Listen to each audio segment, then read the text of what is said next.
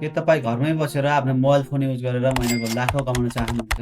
अहिलेको शताब्दीमा धनीहरू झन् धनी अनि गरिबहरू झन् गरिब हुँदै गइरहेका छन्। आखिर किन? के घरमै बसेर महिनाको लाखौँ कमाउन सम्भव छ त?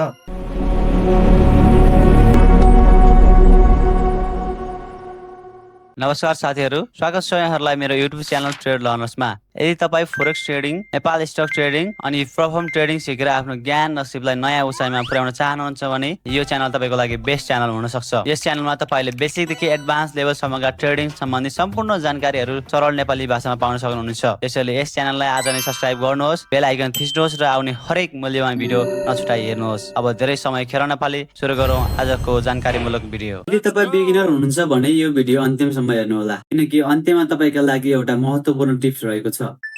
धनी मानिसहरू झन् धनी अनि गरिबहरू झन् गरिब किन हुँदै गइरहेका छन्? यसको मुख्य कारण हो धनीहरूले चाहिँ पैसाबाट पैसा बनाउन जान्दछन्। उनीहरूले राम्रो कम्पनीको अध्ययन र विश्लेषण गरेर त्यहाँ आफ्नो पैसा लगानी गर्छन्। जब ती कम्पनीहरू आर्थिक रूपमा वृद्धि हुन्छन्, उनीहरूको लगानीको मूल्य पनि बढ्छ र उनीहरूले राम्रो नाफा कमाउँछन्। अब प्रश्न उठ्छ, के तपाईँ र म जस्ता साधारण व्यक्तिले पनि घरमै बसेर पैसाबाट पैसा बनाउन सक्छौँ? के महिनाको लाखौँ कमाउन सक्छौँ? हो, अवश्य सक्छौँ। आजको डिजिटल युगमा घरमै बसेर पनि अतिरिक्त आम्दानी गर्ने विभिन्न अवसरहरू छन्। ती मध्ये संसारको सबैभन्दा पावरफुल स्किल भनेको ट्रेडिङ हो। अब यही ट्रेडिङ गरेर हामी घरमै बसेर पैसा कमाउन सक्छौँ। तर ट्रेडिङ भनेको वास्तवमा के हो त? यसबाट कसरी पैसा कमाइन्छ? यसको फाइदा के छ? जोखिम र आधारभूत कुराहरू के हुन्? यी सबै प्रश्नको उत्तर पाउनको लागि भिडियो अन्तिमसम्म हेर्नुहोस्। अब जानौँ ट्रेडिङ भनेको के हो। साधारण भाषामा भन्नुपर्दा तपाईँले कुनै पनि चिजलाई सस्तोमा किनेर महँगोमा बेची नाफा कमाउने प्रक्रियालाई चाहिँ ट्रेडिङ भनिन्छ। उदाहरणका लागि, यदि तपाईँले 1 लाख रुपैयाँ बराबरको सुन किन्नुभयो र केही समयपछि सुनको मूल्य बढेर 1,20,000 पुग्यो र तपाईँले बेच्नुभयो भने तपाईँले 20,000 रुपैयाँ नाफा गर्नुभयो। हो, यही सिद्धान्त शेयर, क्रिप्टो, कमोडिटी र फरेक्स जस्ता सबै बजारमा लागू हुन्छ। हो, त्यहीबाट हामीले पैसा कमाउने हो। अब जानौँ ट्रेडिङका मुख्य प्रकारहरू। एकमा छ स्टक ट्रेडिङ। स्टक ट्रेडिङ भनेको कम्पनीहरूको शेयर किनबेच गरेर नाफा कमाउने प्रक्रिया हो। यदि तपाईँले कुनै पनि राम्रो कम्पनीको शेयर कम मूल्यमा किन्नुभयो र मूल्य बढेपछि बेच्नुभयो भने नाफा कमाउन सक्नुहुन्छ।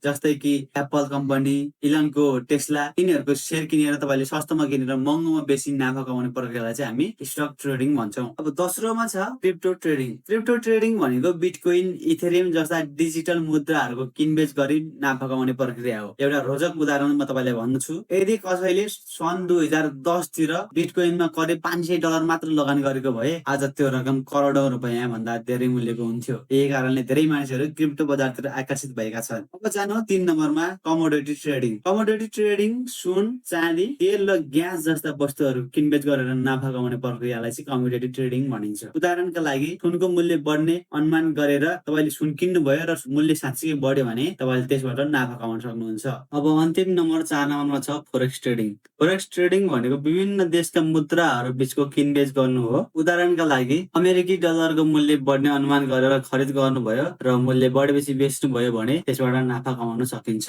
यो भयो छोटकरीमा। यदि तपाईँ फोरेक्स ट्रेडिङ भनेको के हो भन्ने कुरा डिटेलमा बुझ्न चाहनुहुन्छ भने मेरो अर्को भिडियो आउनेछ, सो भिडियो हेर्नु नछुटाउनु होला। अब कुरा गरौँ टाइप्स अफ ट्रेडर। ट्रेडर भनेको चाहिँ मार्केटमा चाहिँ किनबेच गर्ने व्यक्तिहरू कस्ता कस्ता प्रकारका हुन्छन् भनेर।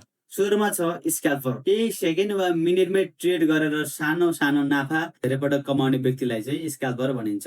उनीहरूले चाहिँ छिट्टो बाई गरेको केही मिनेट भित्रै त्यसलाई क्लोज गरेर नाफा या त घाटा त्यसबाट खान्छन् भने त्यो चाहिँ स्क्याल्पर हो। दोस्रोमा छ डे ट्रेडर। डे ट्रेडर भनेको एकै दिन एउटा ट्रेड लगेर त्यसलाई चाहिँ एक दिन भित्र खोल्ने अथवा बन्द गर्ने गर्छ भने त्यसलाई चाहिँ भनिन्छ डे ट्रेडर। अनि अर्को छ स्विङ ट्रेडर। स्विङ ट्रेडर भनेको ट्रेड लगेको केही दिन या हप्तासम्म पनि होल्ड गरेर राख्ने अनि केही समयपछि बेच्ने प्रक्रियालाई चाहिँ स्विङ ट्रेडर भनिन्छ। र अन्तिममा छ इन्भेस्टर। इन्भेस्टर भनेको कस्तो व्यक्ति हुन् भने उनीहरूले चाहिँ एकचोटि किन्ने वा बेच्ने गर्छन् र त्यसलाई चाहिँ महिना या वर्षौसम्म राखिराख्छन् भने त्यसलाई भनिन्छ इन्भेस्टर।